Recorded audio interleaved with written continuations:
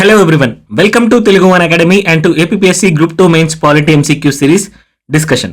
ఈరోజు సెషన్లో the parliament topic మీద మిగతా క్వశ్చన్స్ని చూద్దాము. డిస్కషన్లోకి వెళ్లే ముందు ఒక చిన్న రిక్వెస్ట్, మా టెలిగ్రామ్ గ్రూప్లో జాయిన్ అవ్వండి. టోన్ అకాడమీ మీకు పీడిఎఫ్ డాక్యుమెంట్తో పాటు కరెంట్ అఫైర్స్, అదేవిధంగా ఎగ్జామ్ రిలేటెడ్ అప్డేట్స్ అన్ని కూడా మీకు ఆ ఛానల్లోనే ప్రొవైడ్ చేయబడుతూ ఉంటాయి. మా యూట్యూబ్ ఛానల్ సబ్స్క్రైబ్ చేసుకోండి, మా నుండి వచ్చే వీడియోస్ని మిస్ అవ్వకుండా చూడగలుగుతారు.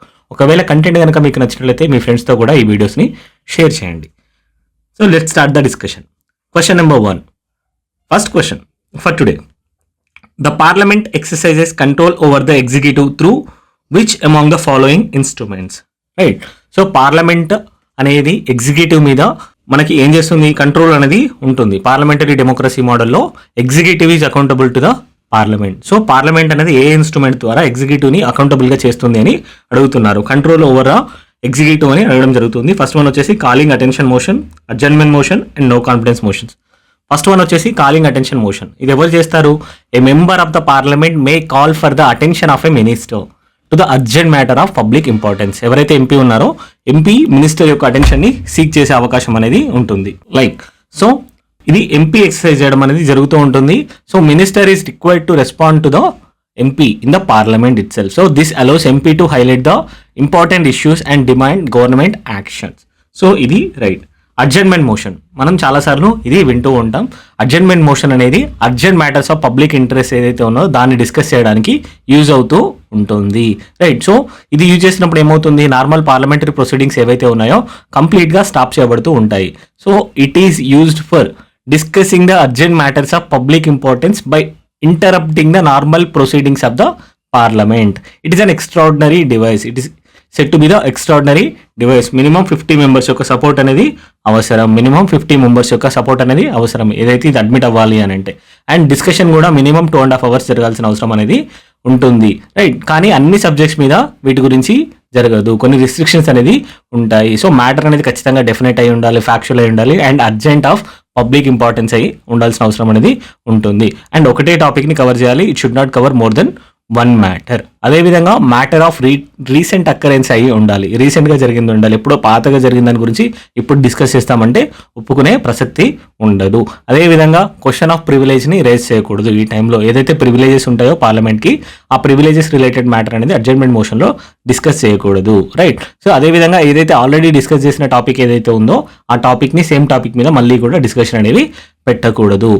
అండ్ కోర్ట్ పరిధిలో ఏదన్నా అంశం ఉంటే ఆ అంశం మీద కూడా మళ్ళీ పార్లమెంట్లో అడ్జర్న్మెంట్ మోషన్ పాస్ చేయడానికి వీలు ఉండదు. So should not deal with any matter that is under the adjudication of court or under jurisprudence. ఏవైతే వేరే కోర్టులో ఉన్నప్పుడైతే, కోర్టు దగ్గర ఉన్నప్పుడైతే ఆ మాటని ఇక్కడ మనకి సభలో డిస్కస్ చేయడానికి అనేది వీలు ఉండదు. And it can be pass only in Lok Sabha. లోక్సభలో మాత్రమే దీన్ని పాస్ చేయగలుగుతారు, మన రాజ్యసభలో దీన్ని చేయలేరు. రైట్. సో ఇది కూడా చేయొచ్చు, అడ్జర్న్మెంట్ మోషన్ అనేది చేసుకోవచ్చు. నో కాన్ఫిడెన్స్ మోషన్ ఆల్రెడీ మనం చాలాసార్లు చూసాము. It is A tool to hold the accountability of the government యొక్క అకౌంటబిలిటీని చేయడానికి ఉంటుంది. సో నో కాన్ఫిడెన్స్ ఎప్పుడైతే మనకి ఏం చెప్తుంది, పార్లమెంటరీ సిస్టంలో ఖచ్చితంగా మెజారిటీ ఉండాలి, కాన్ఫిడెన్స్ ఆఫ్ ద లోక్సభ అనేది ఉండాలి. గవర్నమెంట్ రన్ అవ్వాలంటే ఖచ్చితంగా మనకి కాన్ఫిడెన్స్ అనేది ఉండాలి. లోక్సభలో గవర్నమెంట్కి మెజారిటీ ఉండాల్సిన అవసరం అనేది ఉంటుంది. రైట్. సో ఎప్పుడైతే నో కాన్ఫిడెన్స్ మోషన్ పాస్ అవుతుందో, ఒకవేళ సక్సెస్ఫుల్ అయితే గవర్నమెంట్ అనేది రిజైన్ చేయాల్సిన అవసరం అనేది ఉంటుంది. Council of minister including prime minister has to resign if the no confidence motion gets pass in the Lok Sabha. Right. So only Lok Sabha అనేది దీన్ని చేయగలుగుతుంది. Rajya Sabha has no such provision. రాజ్యసభకి ఎటువంటి ప్రొవిజన్ అంటూ ఉండదు. మిగిలిన ఇంకేమైనా ఉన్నాయా ఇటువంటివి? క్వశ్చన్ అవర్ ఉంటుంది, 0 hour అనేది ఉంటుంది, సెన్షర్ మోషన్ అనేది కూడా ఉంటుంది. ఏదైనా గవర్నమెంట్ యొక్క స్పెసిఫిక్ యాక్షన్స్ని క్రిటిసైజ్ చేయాలనుకుంటే సెన్షర్ మోషన్ని యూజ్ చేసే అవకాశం అనేది ఉంటుంది. అదేవిధంగా కట్ మోషన్స్ కూడా ఉంటాయి. అవి ఎందుకు, బడ్జెట్లో ఉన్న ఏదైతే గ్రాంట్స్ ఉన్నాయో వాటిని తగ్గించడానికి, అదేవిధంగా గవర్నమెంట్ మీద డిస్సాటిస్ఫాక్షన్ ఏదైతే ఉందో, గవర్నమెంట్ యొక్క పాలసీస్ మీద డిస్సాటిస్ఫాక్షన్ని ఎక్స్ప్రెస్ చేయడానికి వాటిని యూజ్ చేయడం అనేది జరుగుతూ ఉంటుంది.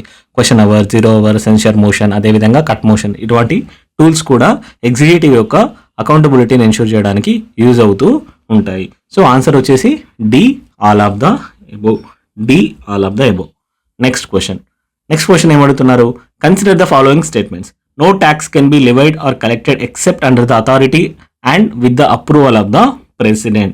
Statement number 2, the enactment of the budget by parliament legalizes the receipts and expenditure of the government for the ensuing financial year. And statement number 3, the rule of lapse facilitates the effective financial control by the parliament. ఈ question దేని గురించి అడుగుతుంది? Parliament's role in financial matters గురించి ఈ question అనేది అడగడం జరుగుతుంది. Taxation, budget enactment, అదేవిధంగా ఫైనాన్షియల్ డిసిప్లిన్ ని ఎలా ప్రమోట్ చేయాలి అనే దాని గురించి ఈ క్వశ్చన్లో అడగడం జరుగుతుంది. స్టేట్మెంట్ 1 ఏం చెప్తుంది? No tax can be levied or collected except under the authority and with the approval of the president అనడం జరుగుతుంది. ఇక్కడ ప్రెసిడెంట్ అండి ఆర్టికల్ 265 ప్రకారం ప్రెసిడెంట్ కాదు, అది పార్లమెంట్ యొక్క approval. Article 265 deals with this, right? So article 255 of the constitution states that no tax can be levied or collected except by the authority of law, right? So taxation laws are passed by the parliament, right? So not just the president's approval. ఇక్కడ president approval money bill కాబట్టి ఖచ్చితంగా president recommendation అనేది ఉండాలి, but has to be approved by the parliament. ఇక్కడ parliament అనేది approve చేయాల్సిన అవసరం అనేది ఉంటుంది. సో స్టేట్మెంట్ అనేది రాంగ్. సెకండ్ స్టేట్మెంట్ ఏమంటున్నారు? The enactment of the budget by the parliament legalises the receipts and expenditure of the government for ensuring financial year. Article ఏం చెప్తుంది మనకి? ఏ ఆర్టికల్ దీని గురించి డిస్కస్ చేస్తుంది? బడ్జెట్ గురించి ఆర్టికల్ 112 డిస్కస్ చేయడం అనేది జరుగుతూ ఉంటుంది. ఆర్టికల్ 112 ఏం చెప్తుంది? The annual financial statement, that is budget is presented under the this article, right? So parliament approves the taxation and expenditure through appropriation as well as finance bills, right? So appropriation bill ఉంటుంది, అదేవిధంగా finance bill అనేది ఉంటుంది. So once pass the budget legally authorises the government to spend and collect the revenue. So ఇది కూడా correct. Statement number 3, the rule of lapse facilitates the effective financial control by the parliament, right? So rule of labs అంటే ఏంటి? ఏదైనా unused funds ఉంటాయో ఆ particular ఇయర్కి అవి expire అవుతూ ఉంటాయి. సపోజ్ 1000 crores అనేది ఒక పర్టికులర్ ప్రాజెక్ట్ కోసం అనౌన్స్ చేయబడింది, వారు ఓన్లీ 900 crores మాత్రమే స్పెండ్ చేశారు. ఈ 100 yearsని మేము నెక్స్ట్ ఫైనాన్షియల్ ఇయర్లో వాడుకుంటామనంటే కుదరదు. ఈ 100 years అనేది మళ్ళీ ఈ 100 crores అనేది మళ్ళీ టోటల్ కన్సాలిడేటెడ్ ఫండ్ ఆఫ్ ఇండియాకి షిఫ్ట్ అవుతూ ఎంటైర్ బడ్జెట్ అలొకేషన్ కోసం అవైలబుల్గా ఉంటుంది. ఈ ప్రాజెక్ట్ కింద ఓన్లీ 900 crores స్పెండ్ అయ్యాయి, ఇంతే ఉంటుంది. 100 crores రిమైనింగ్ ఏవైతే ఉన్నాయో మళ్ళీ వాళ్ళ దగ్గర ఉండవు. So this is the concept of rule of lapse. So any unused funds under the allocated money for the current financial year expire at the end of that year, right? So ఆ ఇయర్లో end అవ్వడం అనేది జరుగుతూ ఉంటుంది. So this ensures that the executive does not hold or block or misuse them in the next financial year. ఇప్పుడు 3-4 years కంప్లీట్గా block చేసేసి final year ఏదైతే ఎలక్షన్ ఇయర్ ఉంటుందో ఆ ఎలక్షన్ ఇయర్లో యూజ్ చేసే అవకాశం అనేది ఉంటుంది. కానీ ఇక్కడ ఆ స్కోప్ అనేది లేదు. రూల్ ఆఫ్ ల్యాబ్స్ అనేది ఖచ్చితంగా రూల్ ఆఫ్ ల్యాబ్స్ ప్రకారం ఖచ్చితంగా ఆ ఇయర్లో యూజ్ అయిన అమౌంట్ అనేది కంప్లీట్గా ల్యాబ్స్ అవ్వడం అనేది జరుగుతూ ఉంటుంది, right? So this forces the department to spend or even justify their expenditure every year, right? ఏదైతే అలొకేట్ చేశారో వాటిని ఎఫెక్టివ్గా యూజ్ చేయమని చెప్పడం జరుగుతూ ఉంటుంది. So statement number 2 is correct. So answer వచ్చేసి answer B, option B only 2 and 3. Next question, consider the following statements. The parliament is vested with the power to amend the constitution. Statement number 2, the power to initiate the process of amendment of the constitution lies with both parliament and state legislature. Already మనం చూసాం, parliament is vested with the power to amend the constitution under article 368. Article 368 ప్రకారం 2 types of amendment process అనేది మనం discuss చేయడం జరిగింది. Special majority అనేది, అదేవిధంగా special majority plus ratification of half of the states, at least half of the states. ఏవైతే federal provisions ఉన్నాయో వాటి కోసం అనేది స్టేట్స్ యొక్క రాటిఫికేషన్ అనేది అవసరం. సగం స్టేట్స్ అనేది ఖచ్చితంగా వాటి యొక్క సమ్మతిని తెలియజేయాల్సిన అవసరం అనేది ఉంటుంది, రైట్? సో ఆర్టికల్ 368 ఈ పవర్ అనేది ఇవ్వడం జరుగుతుంది. Parliament is vested with the power to amend the constitution. Statement 1 is correct. The power to initiate the process of amendment of the constitution lies with both parliament and state legislature అని అడగడం జరుగుతుంది. ఇది కరెక్టా?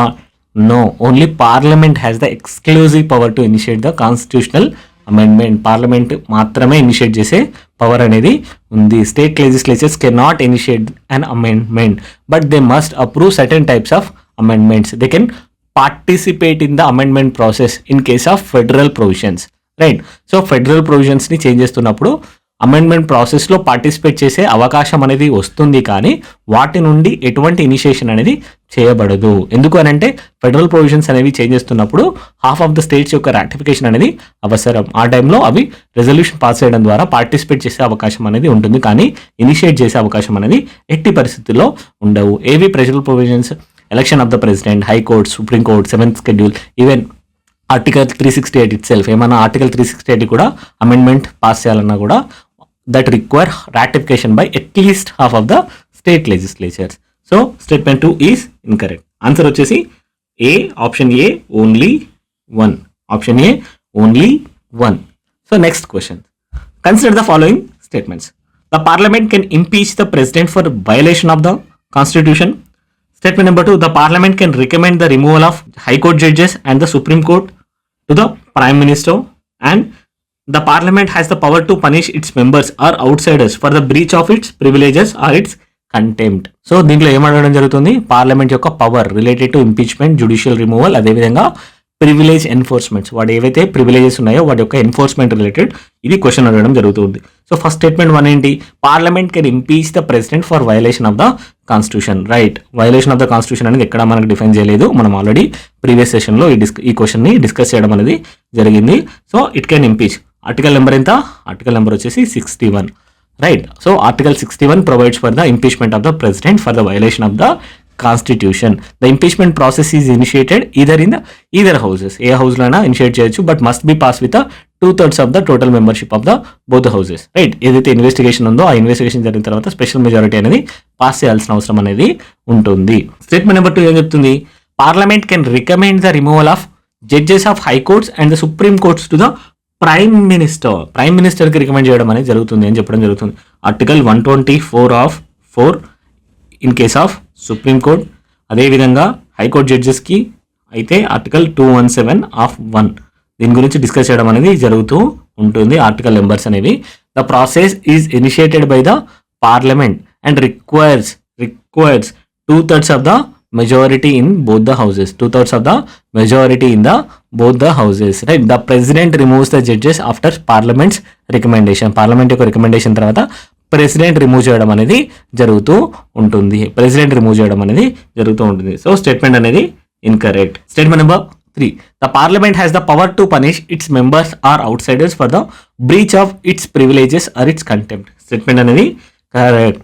Parliament has the power to punish, right? So this power is derived from the parliamentary privileges under article 105 in case of Lok Sabha or Rajya Sabha, in case of, that means parliament.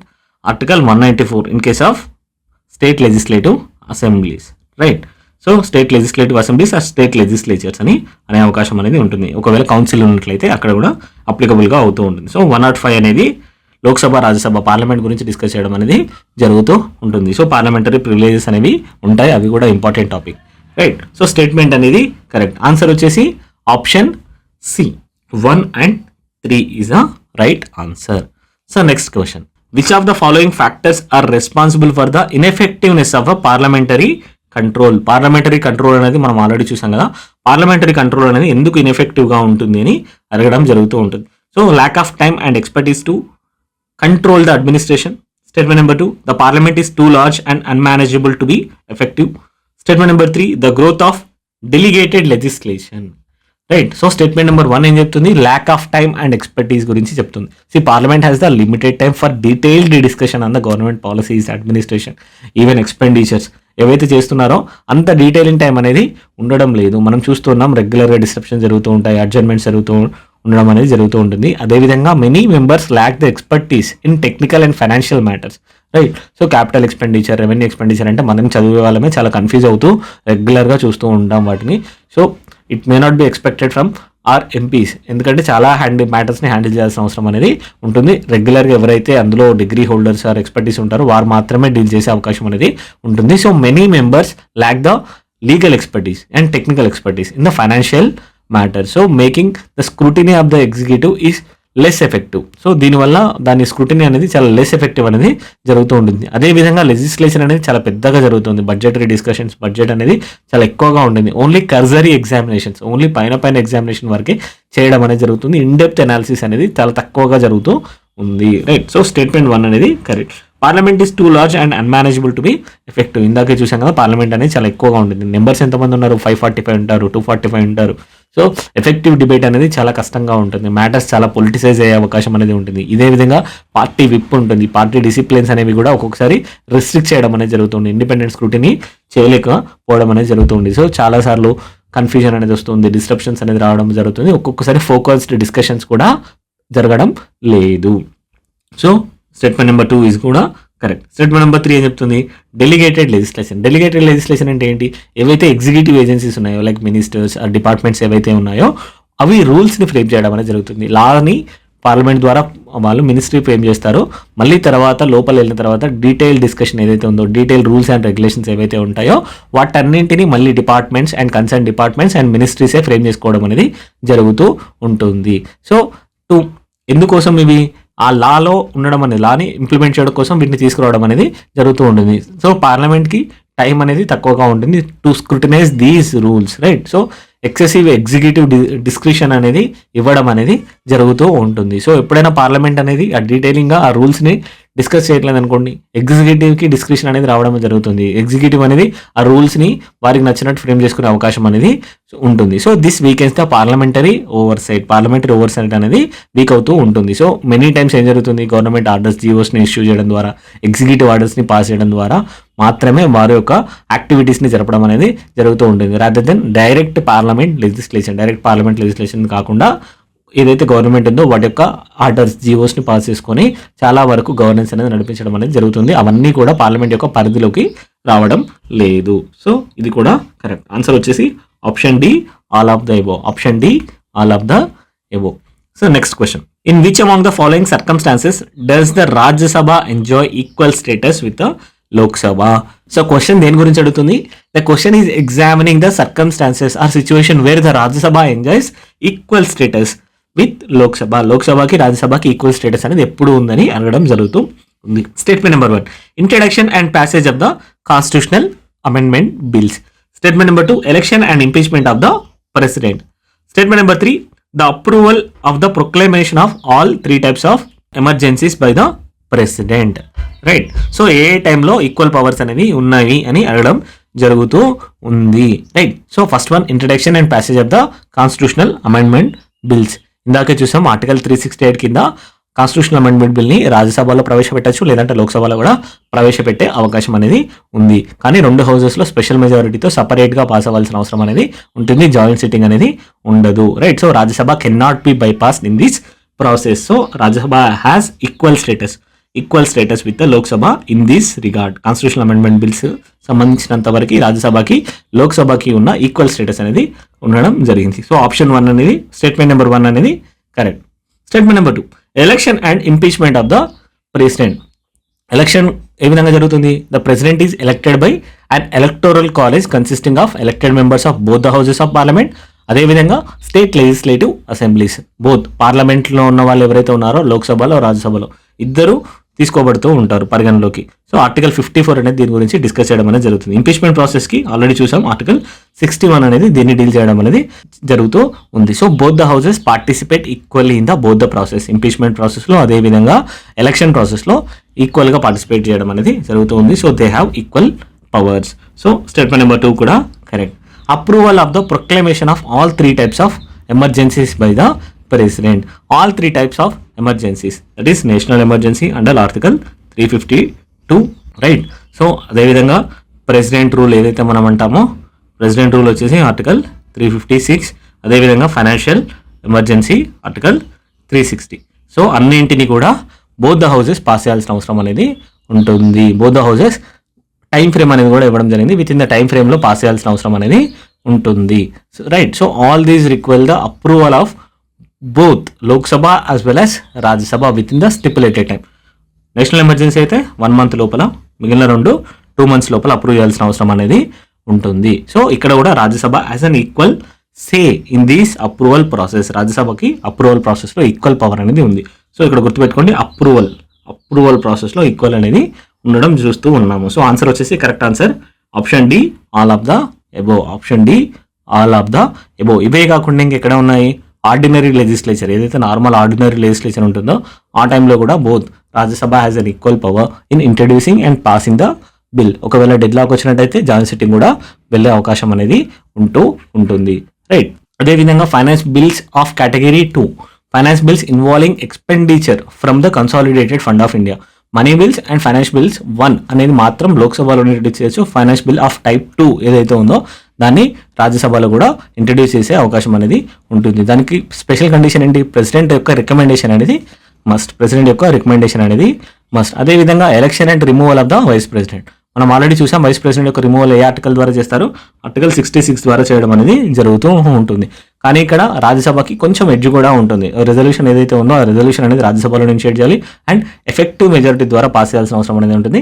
And to be agreed by Lok Sabha అని చెప్పడం అనేది జరుగుతూ ఉంటుంది. So more over ఇది equal power గానే చూడడం జరుగుతుంది. లేదు అంటే ఎడ్జ్ ఉంది రాజ్యసభకి అని చెప్పవచ్చు కూడా. అదేవిధంగా రిమూవల్ ఆఫ్ కాన్స్టిట్యూషనల్ అథారిటీస్, ఎవరైతే కాన్స్టిట్యూషనల్ అథారిటీస్ ఉన్నారో వారిని రిమూవ్ చేసే ప్రాసెస్లో కూడా రాజ్యసభకి ఈక్వల్ పవర్స్ అనేవి ఉండడం జరుగుతుంది. Chief election commissioner, controller auditor general of India, UPSC chairmans ఇలాంటి వాళ్ళందరినీ రికమెండ్ చేసే టైంకి వాళ్ళకి ఈక్వల్ పవర్స్ అనేవి ఉండడం జరుగుతూ ఉంటుంది. అదేవిధంగా ఆర్డినెన్సెస్ ఏవైతే ఉంటాయో ప్రెసిడెంట్ ఇష్యూ చేసిన ఆర్డినెన్సెస్ని కూడా పాస్ చేసే అధికారం అనేది ఈక్వల్ పవర్ అనేది ఉండడం మనం చూస్తూ ఉన్నాము. Right. So this is about the equal status. Right. So answer వచ్చేసి option D. Next statement, next question ఏముంది? In which among the following circumstances does Rajya Sabha have an unequal status with that of the Lok Sabha? రాజ్యసభకి unequal status అనేది ఉంది compare to Lok Sabha అని అడగడం జరుగుతూ ఉంది. Introduction and passing of a money bill, presidentship of the speaker of Lok Sabha over a joint sitting of parliament, no confidence motion. Introduction and passage of the money bill మనం already చూడడం అనేది జరిగింది. Rajya Sabha has no power to amend or reject the money bill and it can be introduced only in the లోక్సభలో మాత్రమే introduce చేయొచ్చు. రాజ్యసభ అనేది దీన్ని power amend చేయలేదు ఆర్ ఇదర్ రిజెక్ట్ చేయలేదు. It can only give its recommendation within 14 working days. 14 days లోపల మాత్రమే తను రికమెండేషన్ అనేది ఇచ్చే అవకాశం అనేది ఉంటుంది. ఒకవేళ 14 days లోపల ఇవ్వకపోయినట్లయితే 2 houses పాస్ చేసినట్టుగానే కన్సిడర్ చేయబడుతూ ఉంటాయి. And Lok Sabha has the over riding power. వాటిని ఆ రికమెండేషన్స్ ఏవైతే ఉన్నాయో వాటిని అప్రూవ్ చేయొచ్చు ఆర్ అవుట్ రైట్గా కూడా రిజెక్ట్ చేసే అవకాశం అనేది ఉంటుంది. సో ఇది కరెక్ట్, అన్ఈక్వల్ స్టేటస్లో ఉంది. And presidentship of the speaker of Lok Sabha over joint sitting of the parliament. Right. So ఏదైనా ఆర్డినరీ బిల్ పాస్ చేసినప్పుడు ఒకవేళ డెడ్లాక్ కనుక క్రియేట్ అయితే ఆర్టికల్ 108 ప్రకారం జాయింట్ సిట్టింగ్కి ప్రెసిడెంట్ పిలిచే అవకాశం అనేది ఉంటుంది. ఎవరు ప్రిసైడ్ చేస్తారు దాన్ని? It is presided over by the speaker of Lok Sabha.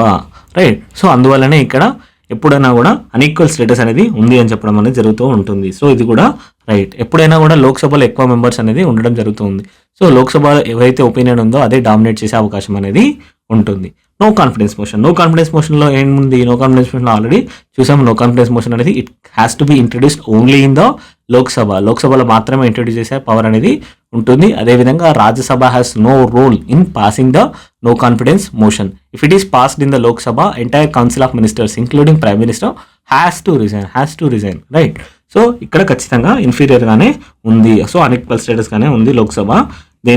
లోక్సభతో పోల్చినప్పుడు రాజ్యసభకి నో కాన్ఫిడెన్స్ మోషన్ విషయంలో కూడా. ఇంకేమేమి ఉన్నాయి ఇన్స్టాన్సెస్ వచ్చేసి ఫైనాన్స్ బిల్ ఆఫ్ టైప్ 1 ఏవైతే ఆర్టికల్ 117 ఆఫ్ 1లో వస్తాయో అవి కూడా మనకి లోక్సభకి కొంచెం ఎడ్జ్ ఉండడం అనేది చూస్తూ ఉన్నాము. యాన్యువల్ బడ్జెట్ విషయంలో కూడా యాన్యువల్ బడ్జెట్లో ఆర్టికల్ 112 ప్రకారం ఏం చేస్తూ ఉంటుంది? So Rajya Sabha can discuss the budget but it cannot vote on the demand for the grants ఏవైతే ఉన్నాయో వాటి మీద ఓటింగ్ అనేది ఉండదు. ఏవైతే రికమెండేషన్స్ ఆర్ ప్రపోజల్స్ చేసే అవకాశం అనేది ఉంటుంది. వాటిని లోక్సభ యాక్సెప్ట్ చేయొచ్చు ఆర్ రిజెక్ట్ చేసే అధికారం కూడా ఉంటుంది. అదేవిధంగా నేషనల్ ఎమర్జెన్సీని డిస్కంటిన్యూ చేసేప్పుడు ఎవరు పాస్ చేయొచ్చు బిల్ని? So only Lok Sabha can pass a resolution to discontinue a national emergency. Bill pass చేయాల్సిన అవసరం లేదు, only a resolution. Lok Sabha can pass a resolution to discontinue the national ఎమర్జెన్సీని డిస్కంటిన్యూ చేయాలన్నా కూడా లోక్సభ అనే ఒక రెజల్యూషన్ని పాస్ చేయాల్సిన అవసరం అనేది ఉంటుంది. రైట్. సో ఇవి అన్ఈక్వల్ స్టేటస్ ఎక్కడెక్కడ ఉన్నాయి అనే దాని మీద రెగ్యులర్గా అడుగుతున్న టాపిక్ అండి, చాలా ఇంపార్టెంట్, చూసుకోండి. రైట్. సో నెక్స్ట్ క్వశ్చన్ అనేది దేని గురించి అడుగుతున్నారు? Which among the following special powers are enjoyed by the Rajya Sabha over the Lok Sabha? Right. So లోక్సభతో పోల్చినప్పుడు రాజ్యసభకి ఏవైతే స్పెషల్ పవర్స్ ఉన్నాయని అడగడం జరుగుతూ ఉంది. Right. So important, it can authorise the parliament to make a law on a state enumerated subject in the state list. అదేవిధంగా it can authorise the parliament to create and all India services common both to the centre and the state statement number 1 అనేది correct. It can authorise the parliament to make a law on a state enumerated subject. Article 249 అనేది దీని గురించి రావడం జరుగుతూ ఉంటుంది. It empowers the Rajya Sabha to pass a resolution with 2/3 majority allowing the parliament to make laws on the state subject or the subject mentioned in the state list under schedule 7. So this is done when it is necessary in the national interest మీద మాత్రమే ఇది చేయాల్సిన అవసరం అనేది ఉంటుంది. రీసెంట్గా pass చేసిన bills ఏవైతే ఉన్నాయో చాలా వరకు జిఎస్టీ ఇటువంటి వాటిని వీటి ద్వారా తీసుకురావడం అనేది జరిగింది. Right. So statement number 2, it can authorise the parliament to create and all India services common to both the centre and state.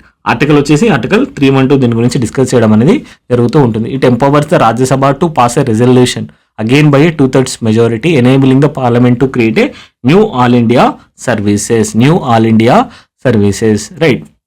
So Indian forest service and Indian judicial service ఈ విధంగానే use చేసుకొని create చేయడం అనేది జరిగింది. So answer వచ్చేసి both 1 and 2. Answer వచ్చేసి both 1 and 2. Next question, which among the following are the sources of parliamentary privileges? Constitutional provisions. Second statement, various laws made by parliament. Statement number 3, rules of both the houses. Statement number 4, parliamentary conventions. Statement number 5, judicial interpretations.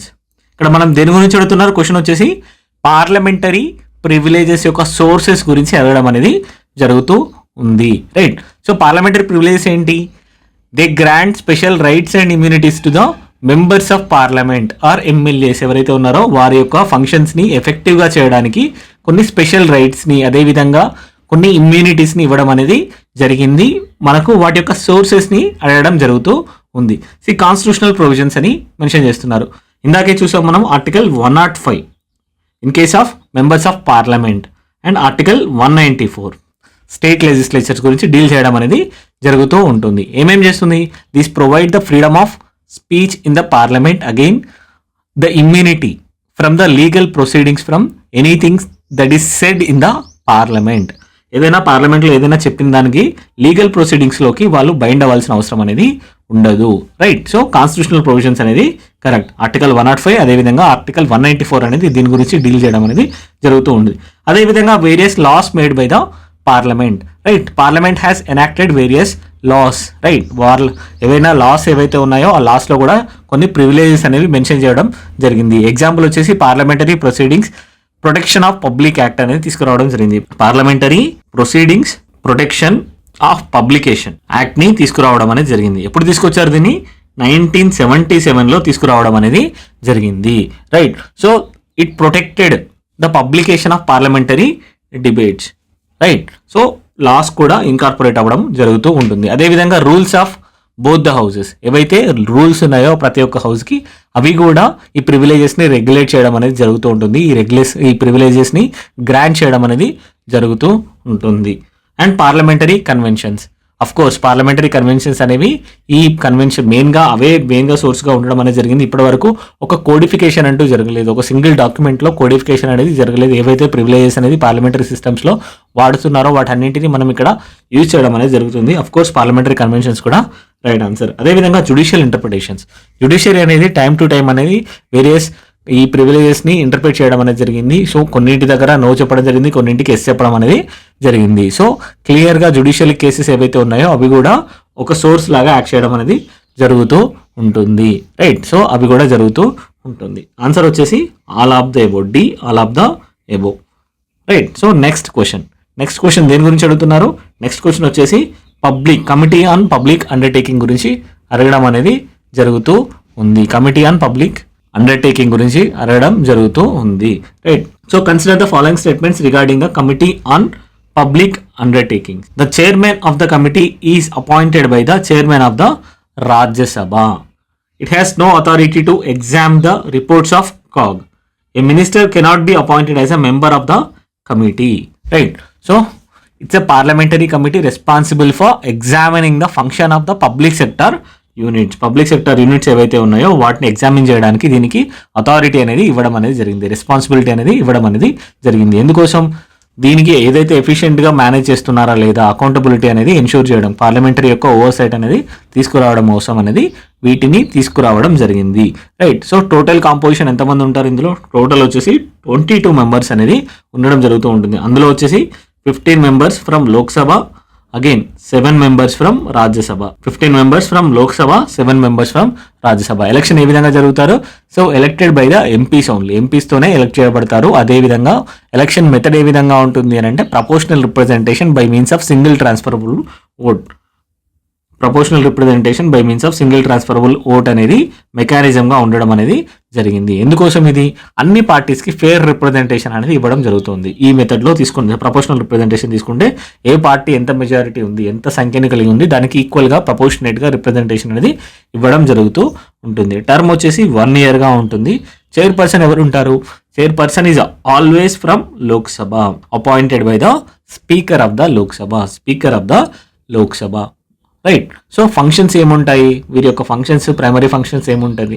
మెయిన్గా చెప్పాం కదా, to examine and evaluate the performance of various PSUs. PSC units ఏవైతే ఉన్నాయో వాటి గురించి mention చేయాల్సిన అవసరం అనేది, ఎగ్జామిన్ చేయాల్సిన అవసరం అనేది ఉంటుంది. Right. So financial operations performance of the PSUs అనేది చాలా ఇంపార్టెంట్. అదేవిధంగా యాన్యువల్ రిపోర్ట్స్ ఏవైతే ఉన్నాయో వాటన్నింటినీ చదవడం అనేది జరుగుతూ ఉంటుంది. Annual reports and audit accounts of enterprises ఏవైతే ఉన్నాయో వీటికి రివ్యూ చేయడం అనేది జరుగుతూ ఉంటుంది. అదేవిధంగా కాగ్ అనేది కూడా మనకి రిపోర్ట్స్ అనేది ఇవ్వడం జరుగుతూ ఉంటుంది కదా. ఆ కాగ్ అనేది కూడా ఏవైతే పబ్లిక్ సెక్టర్ యూనిట్స్ ఉన్నాయో వాటి మీద కూడా కాగ్ అనేది రిపోర్ట్ ఇవ్వడం అనేది జరుగుతూ ఉంటుంది. సో ఆ రిపోర్ట్ని ఎగ్జామిన్ చేయడం కూడా దీని యొక్క మేజర్ టాస్క్ అనమాట. సో ఇక్కడ మనకి ఏం చెప్పారు? Minister can be appointed as a member of the committee అన్నారు. So minister can not be appointed as a member of the committee. If a member is appointed as a minister, first మెంబర్గా ఉన్నారు, తర్వాత ministry రావడం జరిగింది, ఇమ్మీడియట్గా తను ఈ membership అనేది కోల్పోవడం జరుగుతుంది. ఈ కమిటీ ఏదైతే ఉందో, కమిటీ అండ్ పబ్లిక్ అండర్టేకింగ్ ఉంది కదా, ఈ కమిటీ నుండి తన మెంబర్షిప్ అనేది కోల్పోవడం అనేది జరుగుతూ ఉంటుంది. If a member is appointed as a minister, they cease to be a member of the CPU from the date of appointment immediately. Right. So ఆ విధంగా ఉంటుంది. So minister cannot be appointed as a member of the committee. Right. Overall significance ఏంటి? దీని యొక్క significance వచ్చేసి accountability అనేది ఉంటుంది. అదేవిధంగా ఫైనాన్షియల్ మిస్మేనేజ్మెంట్ చేయకుండా చూసుకోవడం అనేది జరుగుతుంది. ఓవరాల్గా అటానమీని, అదేవిధంగా ఎఫిషియన్సీని ప్రమోట్ చేయడానికి యూజ్ అవుతూ ఉంటుంది. PSU very very important. So చూద్దాం ఇప్పుడు statement. The chairman of the committee is appointed by the chairman of the Rajya Sabha. ఇందాకే మనం చూసాం లోక్సభ నుండి అపాయింట్ చేయడం అనేది జరుగుతుంది. So statement number 1 is wrong. It has no authority to examine the reports of the CAG అని అంటున్నారు. కాగ్ యొక్క రిపోర్ట్స్ని ఎగ్జామిన్ చేయడం అనేది దీని యొక్క వన్ ఆఫ్ ద ఫంక్షన్గా చూడడం అనేది జరిగింది. ఇక్కడ నో అథారిటీ అంటున్నారు, ఇది కూడా wrong. A minister cannot be appointed as a member of the committee. So statement అనేది కరెక్ట్. ఈ స్టేట్మెంట్ అనేది కరెక్ట్. ఆన్సర్ వచ్చేసి only 3. Option C only 3 is the right answer. ఈ కమిటీస్ అనేవి చాలా చాలా ఇంపార్టెంట్. పార్లమెంట్లో పార్లమెంటరీ కమిటీస్ టాపిక్ని డిస్కస్ చేద్దాం. సో ఇందులో చాలా ఇంపార్టెంట్. ఇవన్నీ రెగ్యులర్గా క్వశ్చన్స్ 1-2 అడిగే ఛాన్సెస్ అనేవి ఉంటాయి. పార్లమెంట్ టాపిక్ రెగ్యులర్గా ఏవైతే ఉంటాయో వాటితో పాటు పార్లమెంటరీ కమిటీస్ నుంచి అట్లీస్ట్ 1 క్వశ్చన్ అనేది we can expect. Right. So next question. With reference to the public accounts committee consider the following statements. ఇందులో పబ్లిక్ అకౌంట్స్ కమిటీ గురించి అడగడం జరుగుతుంది. PSC very very important. Right. Consider the following statements. It was setup for the first time under the government of India act 1935. Statement number 2. The committee consist of members from both the houses of the parliament. Statement number 3. It examines the annual audit reports of the Comptroller and Auditor General of India. Comptroller and Auditor General of India. Right. So PAC is one of the most important financial committees of the parliament. Right. So it ensures the accountability of the government in financial matter as well as examines the use of public funds. Public ఫండ్స్ని ఏ విధంగా use చేస్తున్నారా అనేది చెప్పడం జరుగుతూ ఉంటుంది, examine చేయడం అనేది జరుగుతూ ఉంటుంది. అదేవిధంగా గవర్నమెంట్ యొక్క అకౌంటబిలిటీ, పార్లమెంట్ యొక్క ముఖ్య ఉద్దేశం ఏంటి, పార్లమెంట్ యొక్క మెయిన్ ఆబ్జెక్టివ్ ఏంటి, to ensure the accountability of the executive in financial డొమైన్లో ఎవరు చేస్తారు అని అంటే ఈ పిఎస్సి అనేది ముఖ్య రోల్ని ప్లే చేయడం అనేది జరుగుతూ ఉంటుంది. రైట్. సో మనం ఫస్ట్ స్టేట్మెంట్ 1లో ఏం చెప్పారు, హిస్టారికల్ బ్యాక్గ్రౌండ్ గురించి ఇవ్వడం అనేది జరిగింది.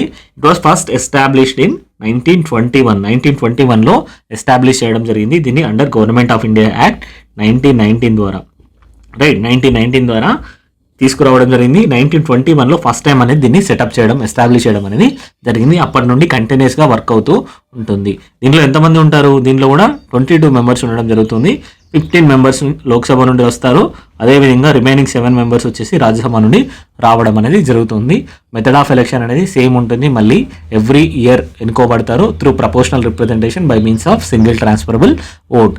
దీని ఎందుకోసం ఫెయిర్ రిప్రజెంటేషన్ అనేది ఉండాలి. టర్మ్ కూడా 1 year ఉంటుంది. రైట్. సో చైర్మన్ ఎవరు అపాయింట్ చేస్తారు? Chairman is appointed by the speaker of Lok Sabha from among its members. ఎవరైతే లోక్సభ నుంచి మెంబర్ ఉంటారో వారి నుంచి చైర్మన్ని అపాయింట్ చేయడం అనేది జరుగుతూ ఉంటుంది. కానీ 1967 నుండి ఒక కన్వెన్షన్ని ఫాలో అవ్వడం అనేది మనం చూస్తున్నాం. చైర్మన్ని ఆపోజిషన్ పార్టీ నుండి, ఆల్వేస్ ఆపోజిషన్ పార్టీ నుండి తీసుకోవడం అనేది జరుగుతూ ఉంటుంది. పిఎస్సి చైర్మన్ అనేవారు ఆపోజిషన్ పార్టీ నుండి రావడం అనేది జరుగుతుంది. అదేవిధంగా మినిస్టర్స్ అనేవారు ఇక్కడ కూడా మెంబర్స్ అవ్వకూడదు. A minister cannot be elected to its committee. Right. So ఇది వీటి గురించి. మనం ఇప్పుడు స్టేట్మెంట్స్ చూద్దాం, ఒకసారి ఎవాల్యుయేషన్ చేద్దాం. స్టేట్మెంట్స్ ఏమేమి ఇచ్చారో మనకి. It was setup for the first time under the government of India act 1935 అని అంటున్నారు. 1935లో సెటప్ చేశారా? లేదు, 1921లో తీసుకురావడం అనేది జరిగింది.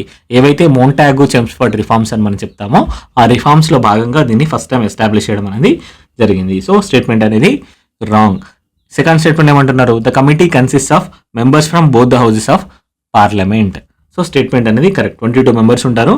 15 మెంబర్స్ లోక్సభ నుండి రావడం, 7 మెంబర్స్ రాజ్యసభ నుండి రావడం అనేది మనం చూస్తూ ఉన్నాము. Statement number 3, it examines the audit report of the controller and auditor general of India. Right. So statement ఇది కూడా కరెక్ట్. స్టేట్మెంట్ అనేది కరెక్ట్. ఆన్సర్ వచ్చేసి only 2 and 3. 2 and 3 is the right answer. Next question. With reference to the parliamentary committee, consider the following statement. Speaker of Lok Sabha is not a member of a rules committee. So members of Rajya Sabha are not associated with the estimates committee of parliament. Right. So rules committee గురించి, అదేవిధంగా estimates committee గురించి మనకు ఇక్కడ question అనేది అడగడం జరుగుతూ ఉంది. Question అనేది అడుగుతూ ఉన్నారు. రూల్స్ కమిటీ యొక్క ముఖ్య ఉద్దేశం ఏంటి?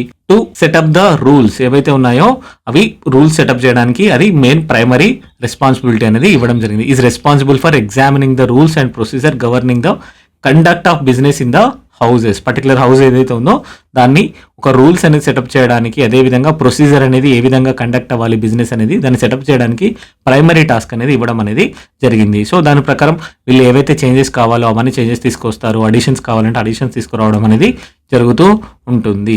సో కాంపోజిషన్ ఏ విధంగా ఉంటుంది? లోక్సభ అయితే లోక్సభలో 15 మెంబర్స్ ఉండడం జరుగుతూ ఉంటుంది. So speaker acts as the ex officio chairman. So speaker X officio చైర్మన్గా ఉండడం అనేది జరుగుతుంది. ఒకవేళ రాజ్యసభ అయితే ఎంతమంది ఉంటారు? రాజ్యసభలో 16 మెంబర్స్ ఉండడం జరుగుతుంది. అక్కడ వైస్ ప్రెసిడెంట్ ఎవరైతే ఉన్నారో అతను or chairman of Rajya Sabha acts as the ex officio chairman of the committee. Ex officio chairman of the committee. Right. So estimates committee యొక్క ముఖ్య ఉద్దేశం ఏంటి? Estimates committee is responsible for examining the budget estimates. Budget estimates ఏవైతే government అనేది submit చేస్తుందో పార్లమెంట్కి వాటిని examine చేయడం అనేది దీని యొక్క ముఖ్య ఉద్దేశం. Right. So it ensures that government is spending effectively.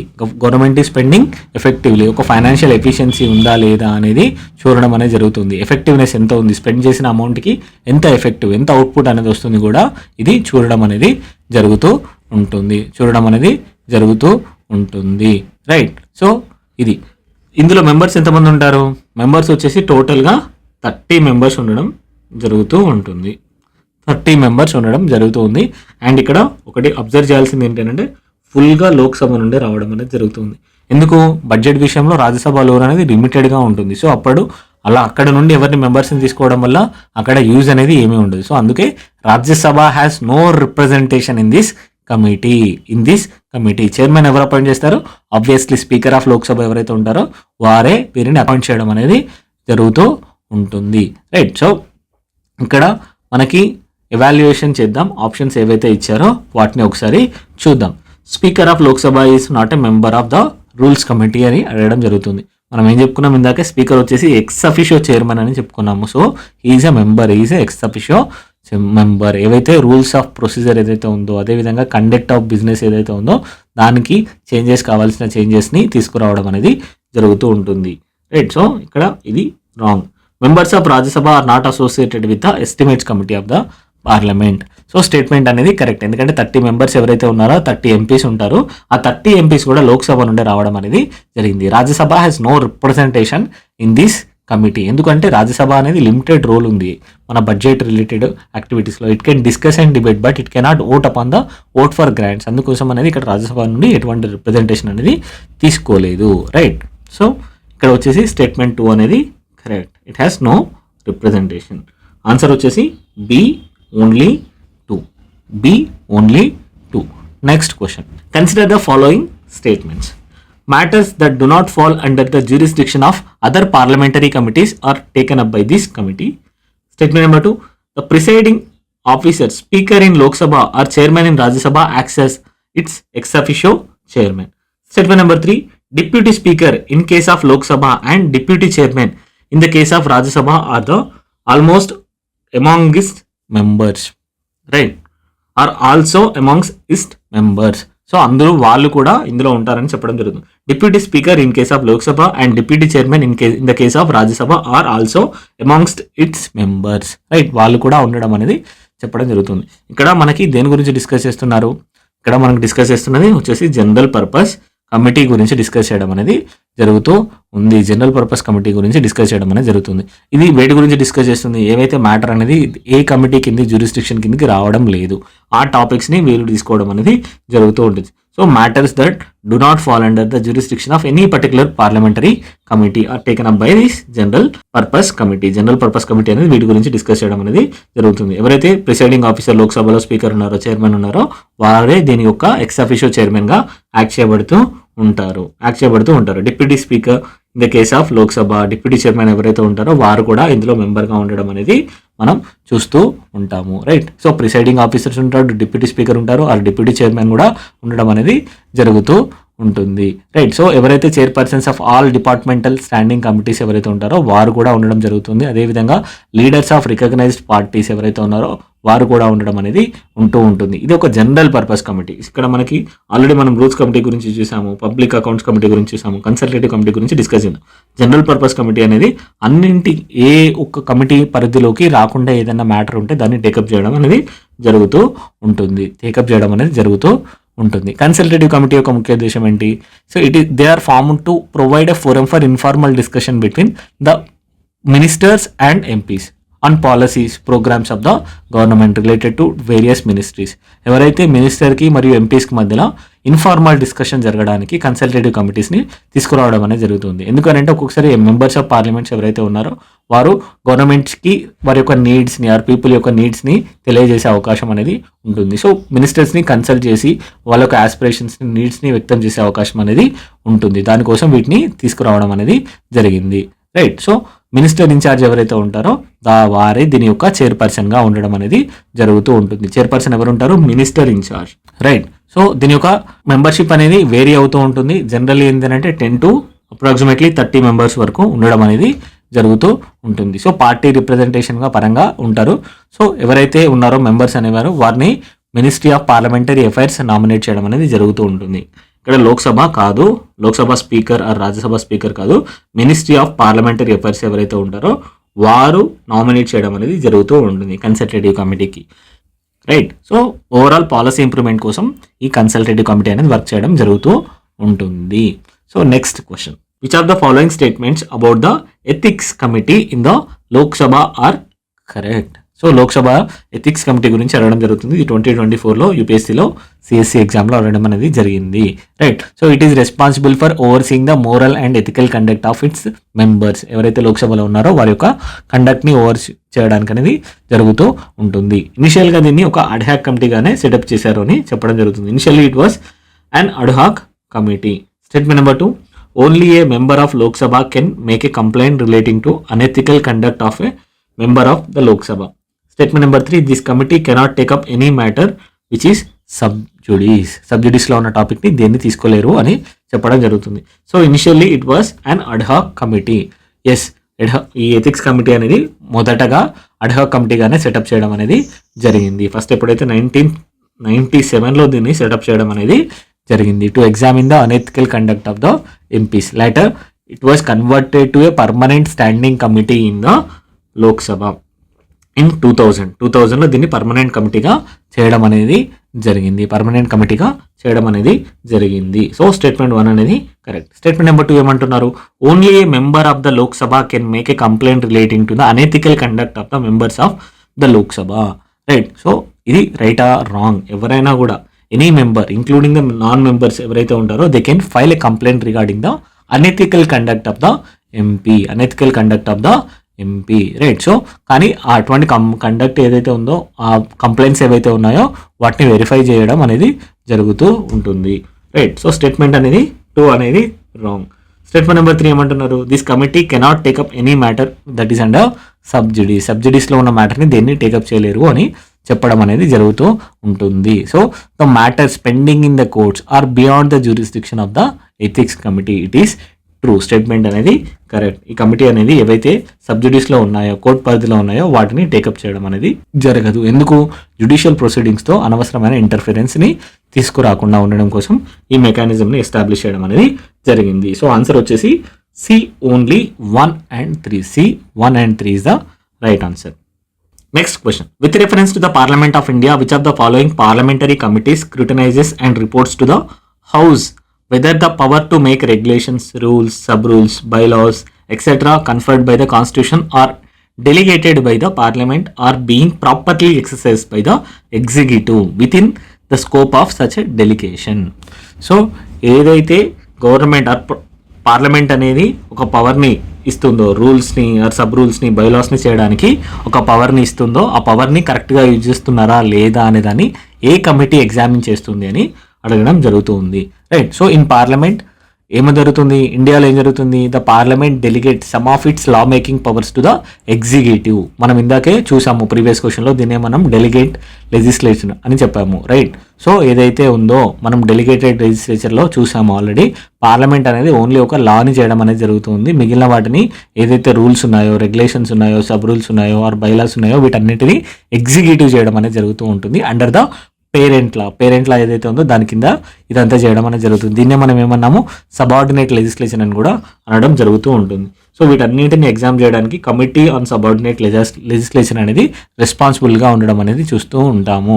Right. So it is responsible for examining whether this power are being exercised properly within the limits that are set by the parliament set చేసిన లిమిట్స్లోనే use చేస్తుందా లేదా అనేది ఇది set చేయడం అనేది use చేయడం అనేది జరుగుతూ ఉంటుంది. ఫస్ట్ వన్ వచ్చేసి ఏంటి, committee on government assurance. So ఇదేం చేస్తుంది, this committee examines the assurances, promises అది ఏవైతే ఇచ్చారో మినిస్టర్స్ ఇచ్చారో పార్లమెంట్లో వాటిని వెరిఫై చేయడం అనేది జరుగుతూ ఉంటుంది. రైట్. సో గవర్నమెంట్ ఏదైతే కమిట్మెంట్స్ ఇచ్చింది ఖచ్చితంగా ఫాలో అవుతుందా లేదా అనే దాని గురించి ఇది ఎన్ష్యూర్ చేయడం అనేది జరుగుతూ ఉంటుంది. So committee on subordinate legislation ఏదైతే ఉందో, సబార్డినేట్ లెజిస్లేచర్ ఏదైతే డెలిగేటెడ్ లెజిస్లేచర్ ఏదైతే చేస్తున్నారో ఆ రూల్స్, జీవోస్ ఇవన్నీ కరెక్ట్గా ఉన్నాయా లేదా అనేది ఈ కమిటీ చూడడం అనేది చూస్తూ ఉంటాము. సో రూల్స్ కమిటీ ఆల్రెడీ మనం చూసాము, రూల్స్ ఆఫ్ ప్రొసీజర్, అదేవిధంగా conduct of the business in the house గురించి డిస్కస్ చేయడం అనేది చూస్తూ ఉంటుంది. బిజినెస్ అడ్వైజరీ కమిటీ కూడా వెరీ ఇంపార్టెంట్. ఇది దేని గురించి చూస్తుంది, it allocates time for discussion of bills and other parliamentary businesses within the house లోపల ఏ బిల్స్ మీద డిస్కషన్ జరగాలి, ఎటువంటి పార్లమెంట్ బిజినెస్ అనేది జరగాలి అనేది దాని గురించి డిస్కస్ చేయడం అనేది జరుగుతూ ఉంటుంది. It is not related to this one. So answer వచ్చేసి option B is the right answer, that is Committee on Subordinate Legislation.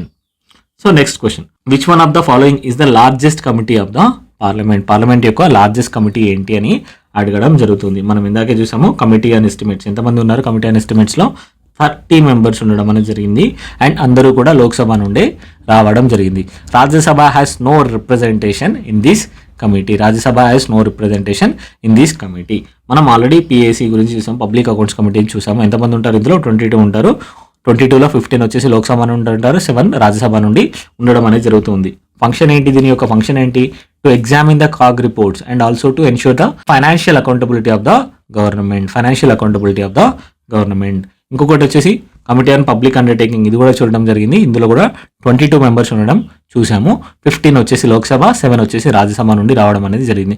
Work ఏంటి, దీని యొక్క వర్క్ వచ్చేసి ఏదైతే పబ్లిక్ సెక్టర్ అండర్టేకింగ్స్ ఉన్నాయో వాటి యొక్క ఓవరాల్ వర్క్ పర్ఫార్మెన్స్ ఏ విధంగా ఉంది అనేది మనం రిపోర్ట్ చేయడం అనేది జరుగుతూ ఉంటుంది.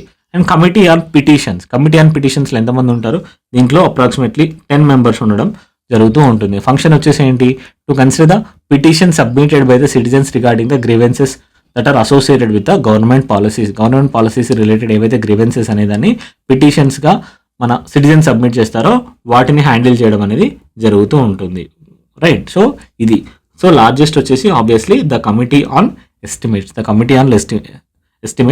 కంప్లీట్గా లోక్సభ నుండే ఉండడం అనేది జరుగుతూ ఉంది. So next question, which of the following statements about the parliamentary forums hold true? Parliamentary forum గురించి క్వశ్చన్ అనేది అడగడం జరుగుతుంది. The basic objective of constituting parliamentary forum is to provide a platform to the members to have interaction within the ministries concerned, experts, key officials from the nodal ministries. Statement number 2, the first parliamentary forum on water conservation and management was constituted in the year 2012.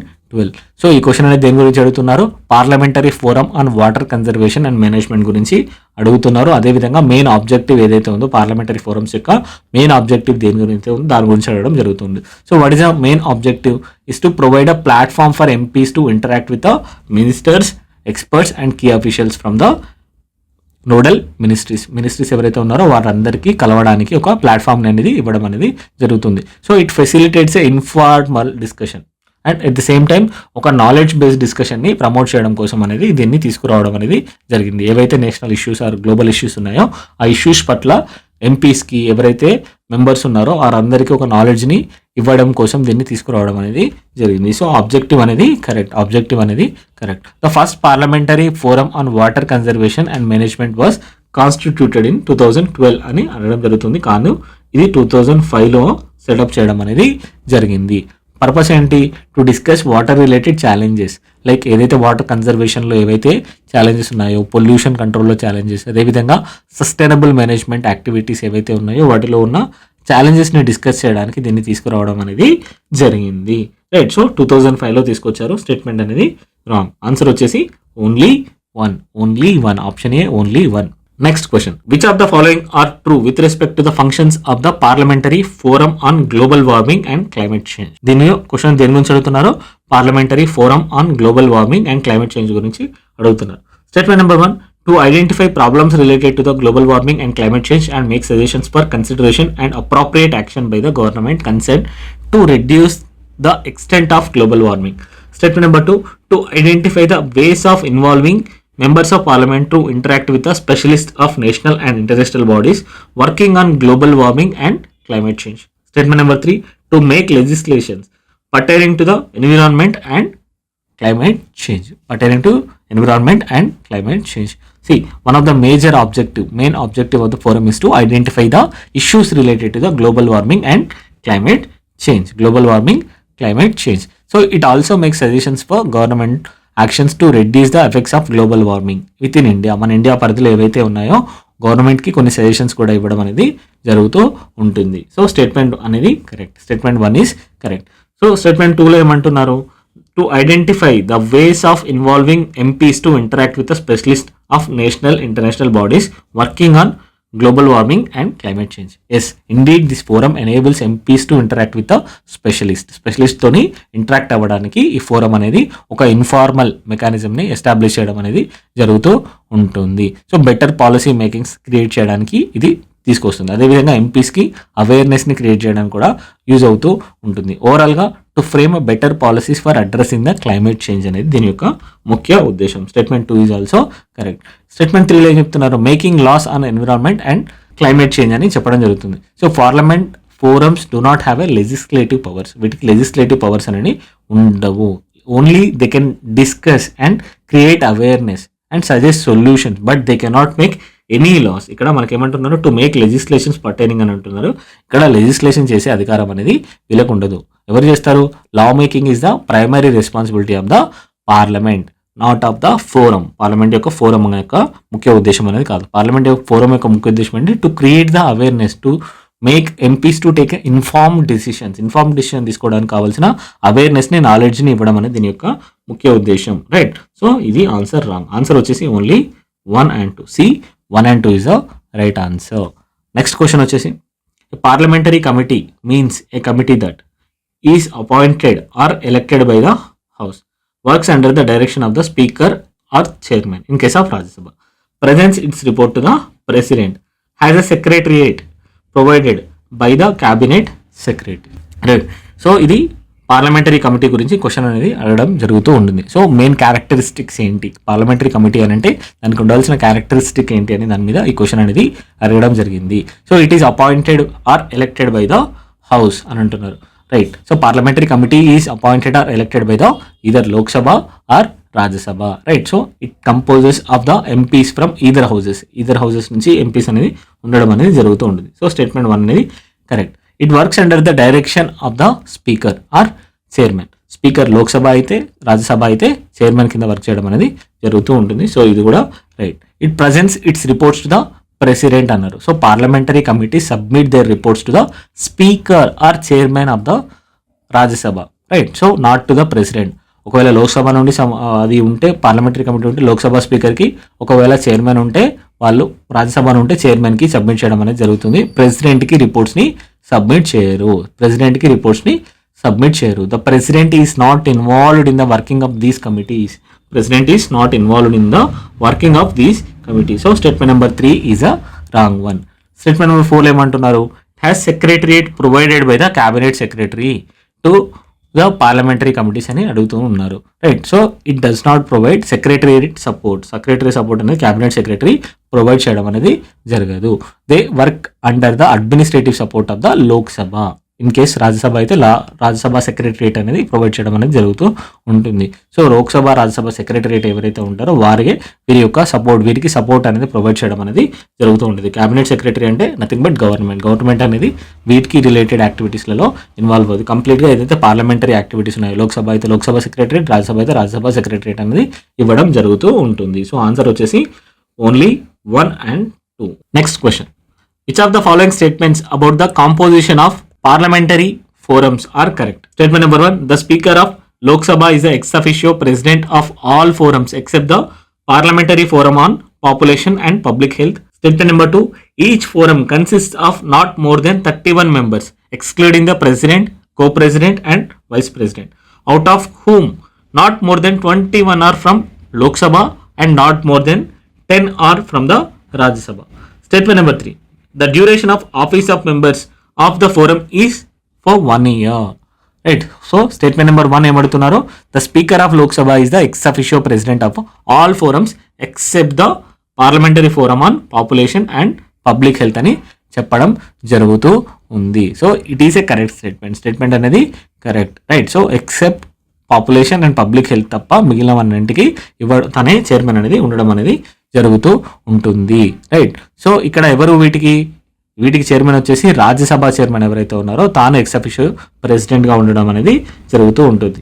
So వీటికి రాజ్యసభ యొక్క president అయిన వారు ex officio మెంబర్గా ఉండడం అనేది జరుగుతూ ఉంటుంది. So statement number 2 కూడా correct. Parliamentary forums have a total membership of up to 31 members excluding the president, co-president and vice president. The members are drawn from both Lok Sabha as well as Rajya Sabha with a maximum of 21 from Lok Sabha and 10 from Rajya Sabha. Right. So ఇది కూడా correct statement. Statement number 3, so duration వచ్చేసి ఇప్పటి వరకు ఉంటుంది, 1 year వరకే ఉండడం అనేది జరుగుతుంది. సో ఈ స్టేట్మెంట్ కూడా కరెక్ట్ స్టేట్మెంట్. స్టేట్మెంట్ నెంబర్ 3 కూడా రైట్ స్టేట్మెంట్. ఆన్సర్ వచ్చేసి all of the above. Answer is all of the above. Next question. Consider the following statements with respect to the Indian parliamentary group related ఇది question అడగడం జరుగుతుంది.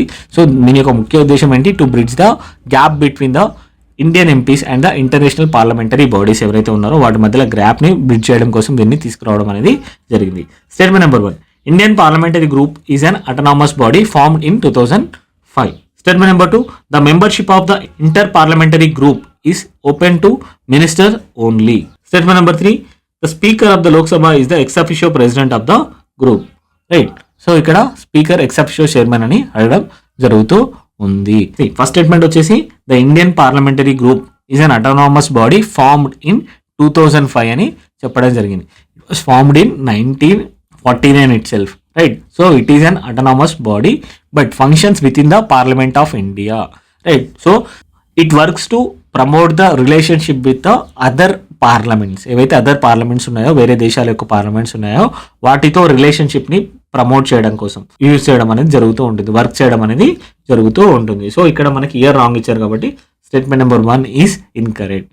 Statement number 2లో ఏమడుతున్నారు, the membership of the inter parliamentary group is open to ministers only. మినిస్టర్స్కి మాత్రమే ఉంటుంది అని అడగడం జరుగుతుంది. కానీ ఇక్కడ open to MPs as well, not just to ministers, MPs కూడా ఉండడం అనేది జరుగుతూ ఉంటుంది. రైట్. సో ఇక్కడ కూడా ఉంటుంది. Even former MPs who have been members for at least 5 years also can join the groups. Right. ఎవరైతే ప్రీవియస్గా ఇందులో వర్క్ చేశారో, మెంబర్స్గా ఉన్నారో అట్లీస్ట్ ఫర్ 5 years, వారు కూడా ఇందులో జాయిన్ అయ్యే అవకాశం అనేది ఉంటుంది. ఎందుకు? వారి యొక్క ఎక్స్పర్టీస్ని, నాలెడ్జ్ని యూజ్ చేసుకునే అవకాశం ఉండడం కోసం ఈ వెసులుబాటుని కల్పించడం అనేది జరిగింది. So former MPs who have been members for at least 5 years can also join this group. So ఇక్కడ ఈ స్టేట్మెంట్ కూడా ఇన్కరెక్ట్గానే ఇవ్వడం అనేది జరిగింది. స్టేట్మెంట్ నెంబర్ 3 ఏమంటున్నారు, the speaker of Lok Sabha is the ex officio president of the group. Correct. Statement అనేది correct. The speaker of the Lok Sabha acts as the ex officio chairman of the Indian parliamentary group. Indian parliamentary group యొక్క ex officio చైర్మన్గా ఉండడం అనేది జరుగుతూ ఉంటుంది. The deputy chairman of the Rajya Sabha serves as a ex officio vice ప్రెసిడెంట్గా ఉండడం అనేది జరుగుతుంది. ఎక్స్ అఫిషియో వైస్ ప్రెసిడెంట్ ఎవరు ఉంటారు? The deputy chairman of the Rajya Sabha.